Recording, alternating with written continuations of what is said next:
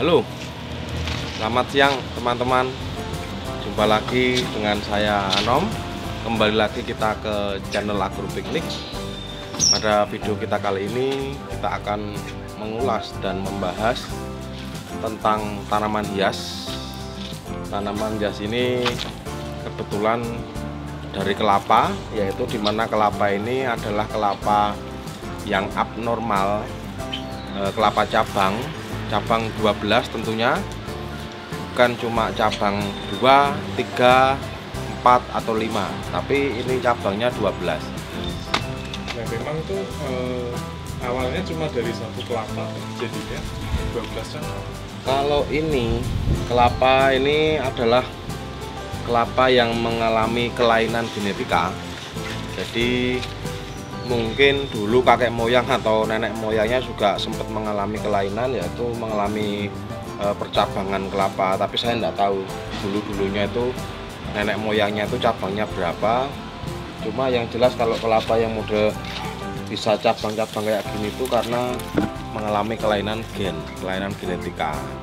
Nah, dulu nanamnya tuh ya awal mulanya cuma satu butir kelapa, tapi kok tunasnya tahu-tahu banyak banget gitu. Begitu tunas udah ada beberapa macam tunas, terus setelah hidup tambah lagi gitu. Itu dibikin atau memang dari sananya? Kalau itu kebetulan asli, tidak ada bikinan. Jadi begitu tunas itu kelapa ditaruh, tunas itu ada beberapa mata tunas, beberapa titik. Jadi terus waktu itu ditanam aja terus hidup, jadinya seperti ini. Jenis kelapanya namanya apa? Kalau ini jenisnya kelapa gading, karena ini kelapanya kelapa kuning ya. Teman-teman bisa cek, bisa lihat ini dahannya warnanya kuning, batang-batangnya ini. Dari penanaman sekarang udah usia berapa? Kalau dari nanamnya saya lupa, tapi kalau mengingat-ingat kurang lebih sekitar 2-3 tahun dari nanam. Jadi seperti ini. Kalau perawatannya terus sampai sekarang itu gimana? Kalau perawatan ini sementara saya cuma mengurangi daun yang sekiranya begitu umpek-umpekan atau apa ya, saling menutupi seperti ini akan saya kurangi. Contohnya ini kemarin udah nutupin tunas yang dalam ini ketutup daun, terlalu limbun, terlalu lebat dan terlalu gemuk, akhirnya saya kurangi seperti ini. Nah, ini nanti di video kita kali ini kita akan membersihkan bekas-bekas dahan pelepah yang sudah kering seperti ini, akan kita potong, akan kita kurangi. Jadi nanti itu dipindah dari pot ke drum. Ini saya bikin seperti ini karena tujuannya untuk menyuburkan. Kalau kemarin kan sempat cuma pakai pot yang kecil itu, terus ini saya suburkan, saya kasih pot plastik yang gede, terus ini saya tambahin media sama pupuk di atasnya biar akar-akar yang nangkring di sini tuh bisa dapat asupan makanan dengan cara dia turun sendiri ke tanah biar nyari makan sendiri begitu Mas, biar sehat. Kekurangan sama kelebihan pohon yang bercabang seperti ini itu apa, Mas? Kalau kelebihannya yang jelas unik, nyeleneh, dan tidak semua orang punya, itu menurut saya.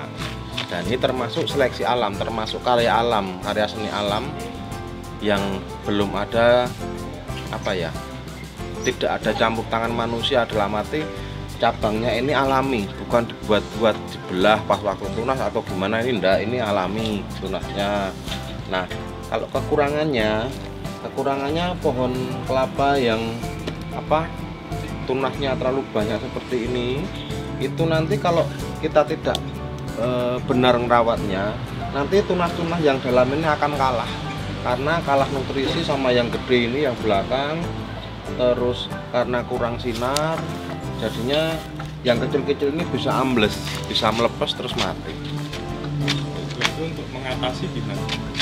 Ya itu tadi Mas, untuk mengatasi kita harus sering-sering kita ngecek, kita pantau nanti ada nggak daun-daun yang nutupin, atau pelepah yang nutupin. Sekiranya nanti perkembangannya tidak sehat, kita akan bersihkan, kita akan kasih pupuk, kita akan semprot hama-hamanya, begitu kurang lebih seperti itu.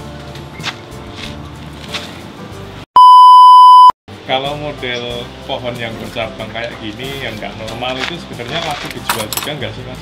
Kalau masalah soal laku dan tidak laku, itu menurut saya pasti laku, karena yang namanya pecinta dan yang namanya selera itu kan macam-macam. Apalagi bicara soal selera, di Indonesia itu ada khusus pecinta pohon kelapa, yaitu dimana mereka dan beliau-beliau yang mencintai kelapa itu sendiri suka mencari model-model yang unik, yang nyeleneh, yang lain daripada yang lain, seperti ini Mas. Kalau masalah nominal gimana ya, ini yang jelas dulu pernah mau dibarter sama mobil, tapi mobilnya saya enggak tahu mau mobil apa karena belum menyebut merek. Tapi saya nggak boleh karena saya belum ada pengganti, maksudnya belum punya lagi. Kalau sudah ada lagi yang seperti ini ya mungkin bisa saya lepas, berhubung belum ya masih saya pertahankan, begitu Mas. Lah emangnya kenapa kok nggak mau dibarter sama mobil, kan lumayan. Betul Mas, dibarter sama mobil itu memang lumayan, kita bisa jeng-jeng. Tapi gini Mas, bicara soal seni itu sangat mahal Mas. Jadi saya mungkin nabung 3 tahun 4 tahun bisa beli mobil, tapi saya nabung 3 tahun 4 tahun belum tentu bisa beli pohon kelapa cabang seperti ini Mas. Belum tentu dapat pula. Nah itu yang saya eman-emankan itu di situnya, bukan karena lumayan dapat mobil, enggak. Kalau mobil saya ngutang bisa Mas di dealer, tapi kalau ini nggak ada yang jual, begitu Mas.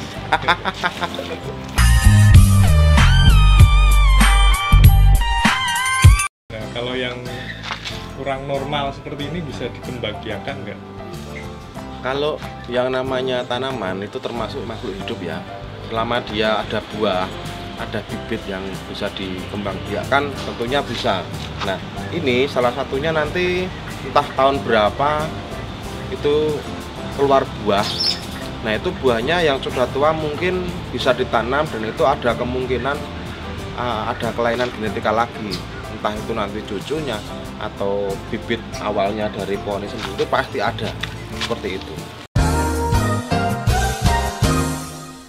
Oke teman-teman, kita akan lanjut proses pembongkaran dan pembersihan pelepah-pelepah yang sudah tidak bisa diwek-wek lagi. Ini mau dibersihkan.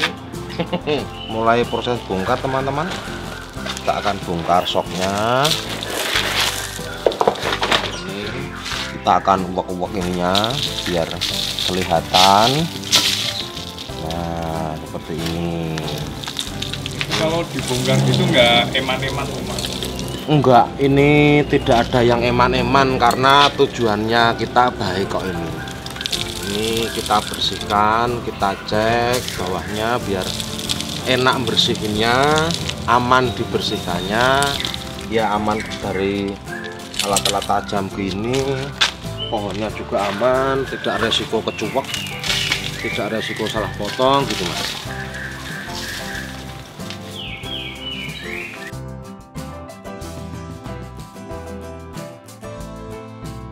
Dibongkarnya itu kenapa? Nah, tujuan kita dibongkar itu adalah pertama, kita bisa ngecek kondisi bawah itu sudah sesuai yang kita harapkan apa belum. Kedua, ini sambil meyakinkan sama teman-teman kalau pohon kelapa ini bukan hasil dari rekayasa. Ini hasil alami karena dia yaitu tadi kelainan gen itu tadi. Jadi pecahnya itu memang dari bawah sini pecah. Ini akan kita bersihkan, pelepah-pelepah yang udah kering kayak gini tuh harus dibersihkan teman-teman. Kalau tadi itu masih ada soknya itu masih susah. Kalau kayak gini udah mendingan lah. Kalau yang penutup tadi yang dibongkar itu tadi sebenarnya buat apa? Itu karpet tadi ya. karpet tadi itu fungsinya untuk nahan media. Jadi itu kan, ini kan apa, medianya saya tambahin biar akar-akar yang ini, maksud saya akar-akar yang akar pembantu ini biar bisa dapat nutrisi bukan dari asupan dari pohon utamanya aja yang di tengah ini mas. Jadi biar tambah sehat pohonnya. Itu nanti setelah kita bersihkan akan kita tutup kembali.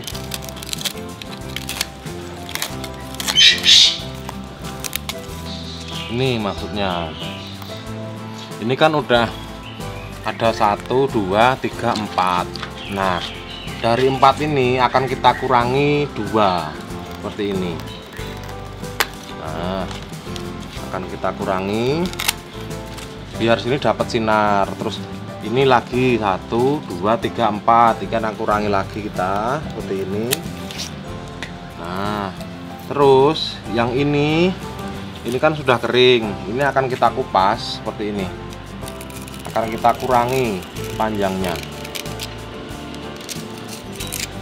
Nah, kita kupas pelan-pelan seperti ini teman-teman.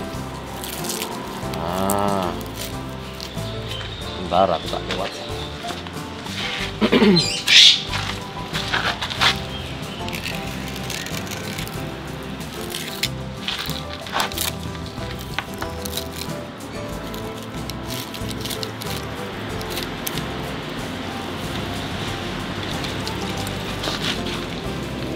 Agak ada yang sulit ini, jepit-jepit bawahnya.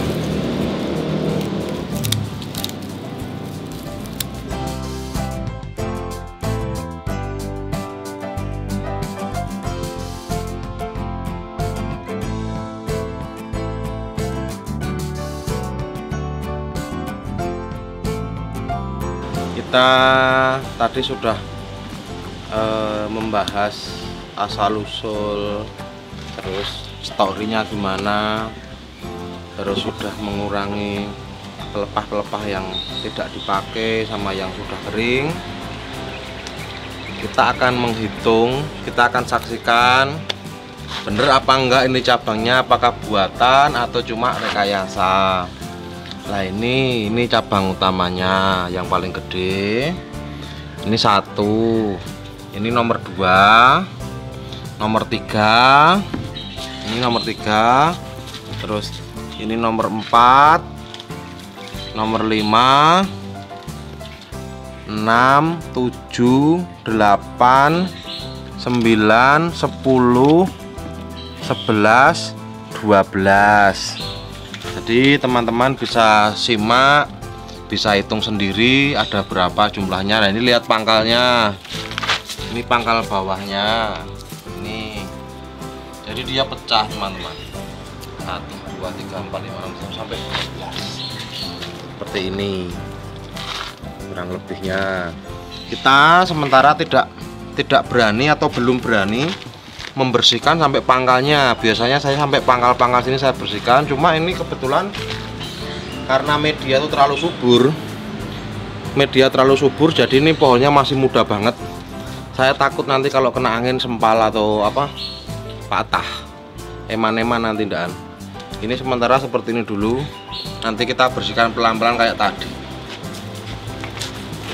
Nah langkah selanjutnya kita akan pasang kembali sok atau karpet talang bantu untuk menjaga nih ini akar yang atas ini loh teman-teman. Ini biar dapat media, biar dapat asupan makanan, biar tambah kuat, biar sehat, biar pertumbuhannya tidak kalah. Ini sementara masih kalah, bagian sini tuh masih kalah dengan yang gede-gede ini. Makanya akan kita fokuskan, ini akan kita apa ya, kita dapatkan sinar di sebelah timur ini biar dapat sinar lebih banyak nantinya.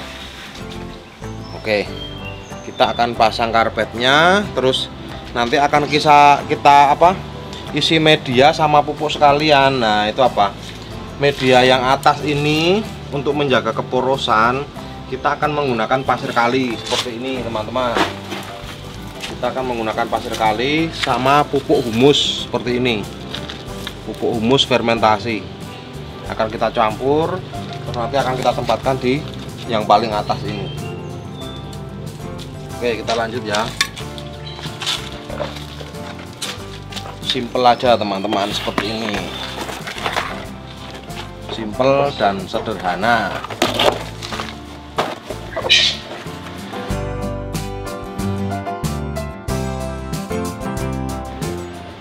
Setelah itu akan kita isi media. Medianya akan kita campur dulu seperti ini.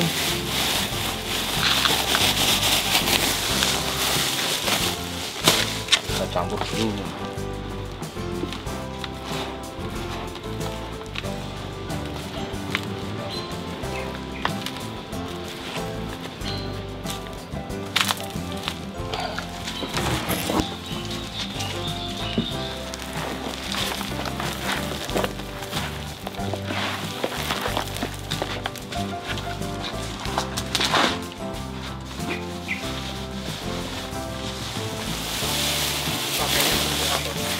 Humus ini mas, pupuk alami, pupuk humus bambu campur ini yang udah fermentasi.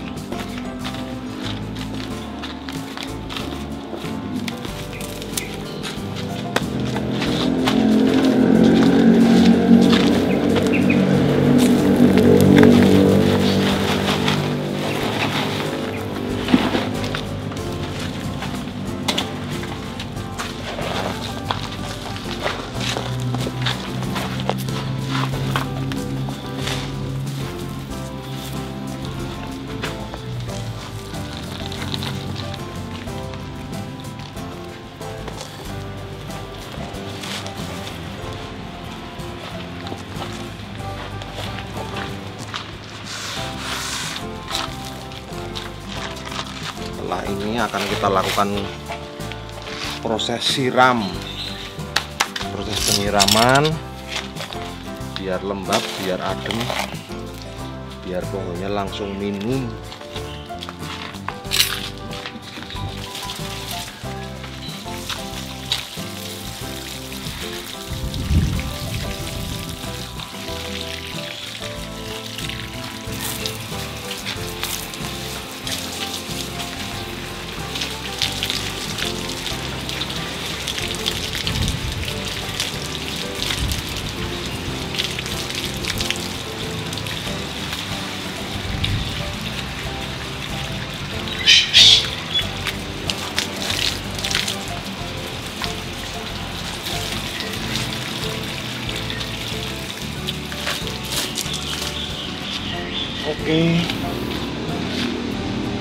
Oke teman-teman, mungkin video kita kali ini cukup sampai di sini dulu. Bila mana teman-teman ada pertanyaan dan pendapat, bisa di komen di bawah ini. Tetap ikuti channel kita Agropiknik. Salam wok wok wok wok wok. Mantap.